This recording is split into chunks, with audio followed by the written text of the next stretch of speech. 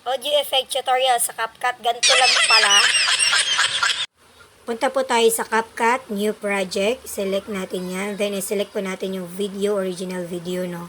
Para lagyan natin ng iba-ibang boses. Ayan. I-click po natin yan. Then, i-duplicate po natin, no? Hanapin po natin yung duplicate. Kahit mga 3 lang. Ayan, no?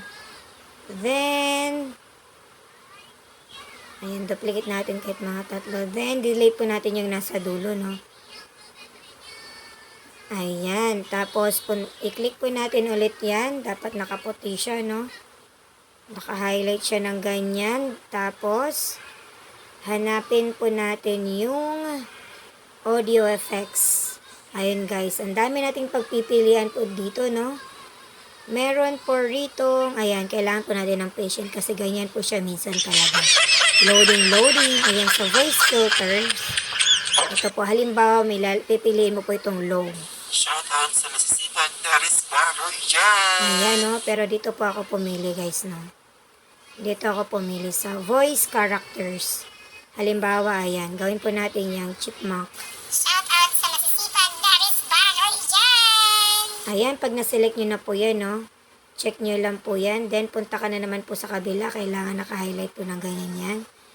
Tapos, balik ka po sa audio effects. Ayan, voice characters. Tapos, Elfie. Ops, ganyan. Kailangan po ng patient kasi minsan po talaga is loading. Shoutout sa masisipag na Ayan, then check po Risbaroy natin dyan! ulit, no? Tapos, next, ganun din po, no? Audio effect. Then, punta po tayo sa robot. Kayo na pong bahala, no? Ayan. Diba, ang dami pong option. Ganun lang po siya, guys. Pwede nyo pong paglaruan, no?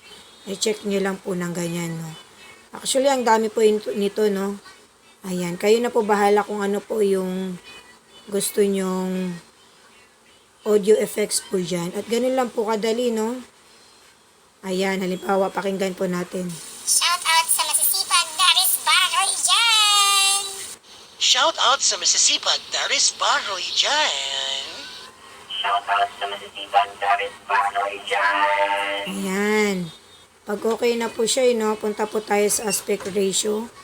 Click lang po natin 9.916. Ayan. Then, pag okay na po siya, ready to export.